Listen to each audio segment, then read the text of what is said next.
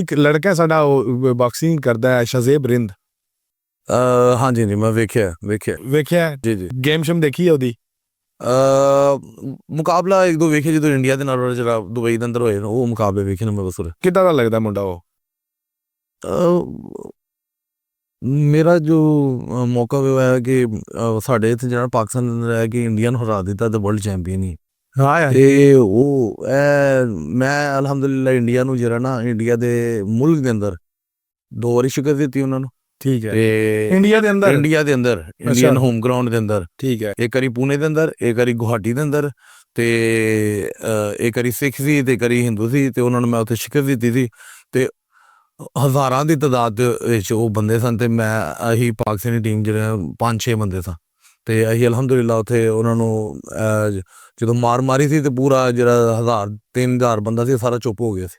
ਰੋਲੇ ਦੀ ਆਵਾਜ਼ ਨਹੀਂ ਸੀ ਆਉਂਦੀ। ਨਾ। ਤੇ ਫਿਰ ਉਸ ਤੋਂ ਬਾਅਦ ਇੱਕ ਮੇਰਾ ਜਿਹੜਾ ਬਿਲਕੁਲ ਮੁਖਤਲਿਫ ਰਿਕਾਰਡ ਹੈ ਪੂਰੇ, ਮੈਂ ਕਹਿੰਦਾ ਕਿਸੇ ਦਾ ਵੀ ਨਹੀਂ ਹੈ ਜਿੱਦਾਂ ਅਰਸ਼ਦ ਭਾਈ ਦਾ ਵੀ ਨਹੀਂ ਹੈ। ਉਹ ਹੈ ਕਿ ਮੇਰੇ ਇੰਡੀਆ ਦੇ ਨਾਲ ਅਲਹਮਦੁਲਿਲਾ 14 ਵਾਰੀ ਮੁਕਾਬਲਾ ਹੋਇਆ। ਮੈਂ ਇੰਡੀਆ ਨੂੰ 14 ਵਾਰੀ ਹਰ ਪਲੇਟਫਾਰਮ ਦੇ ਉੱਤੇ ਸ਼ਿਕਸਤ ਦਿੱਤੀ ਹੈ। ਹਰ ਪਲੇਟਫਾਰਮ ਤੇ ਕੀ ਕਹਿੰਦੇ?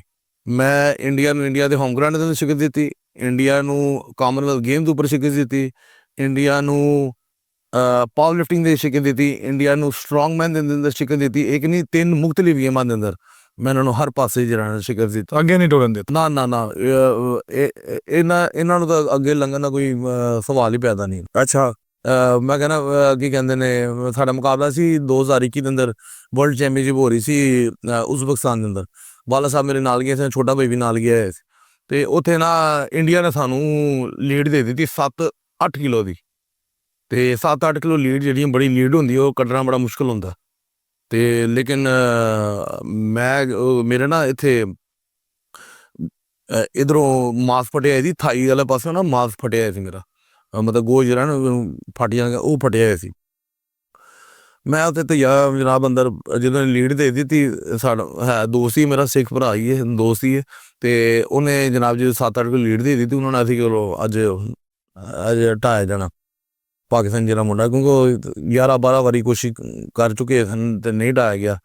ਤੇ ਫਿਰ ਜਦੋਂ ਮੁਕਾਬਲਾ ਜਦੋਂ ਉਹਨੇ ਮੈਨੂੰ 7-8 ਕਿਲੋ ਲੀਡ ਦੇ ਦਿੱਤੀ ਤੇ ਮੈਂ ਵੀ ਫਿਰ ਤਈਆ ਕੀਤਾ। ਮੈਂ ਕਿਹਾ ਹਾਲ ਤੋਂ ਜਿੱਤੇ ਬਗੈਰ ਨਹੀਂ ਮੈਂ ਨਿਕਲਣਾ ਬਾਹਰ। ਤੇ ਫਿਰ ਸ਼ੁਕਰ ਅੱਲਾ ਦਾ ਜਨਾਬ ਦੂਜੀ ਅਟੈਂਪਟ ਦੇ ਅੰਦਰ ਲੀਡ ਵੀ ਕੱਢੀ ਤੇ ਉਹਨੂੰ ਜਨਾਬ ਹਰਾਇਆ ਵੀ। ਤੇ ਫਿਰ ਉਹ ਤੋਂ ਬਾਅਦ ਇਹ ਮੇਰਾ ਸਭ ਤੋਂ ਜ਼ਿਆਦਾ ਸਖਤ ਮੁਕਾਬਲਾ ਇਹ ਗਿਆ ਸੀ। ਉਹ ਤੋਂ ਇਲਾਵਾ ਮੈਂ ਇੰਡੀਆ ਨੂੰ ਕਦੀ ਵੀ ਜਿਹੜਾ ਨਾ ਨੇੜੇ ਨਹੀਂ ਲੱਗਣ ਦਿੱਤਾ। ਕੀ ਕਹਿੰਦੇ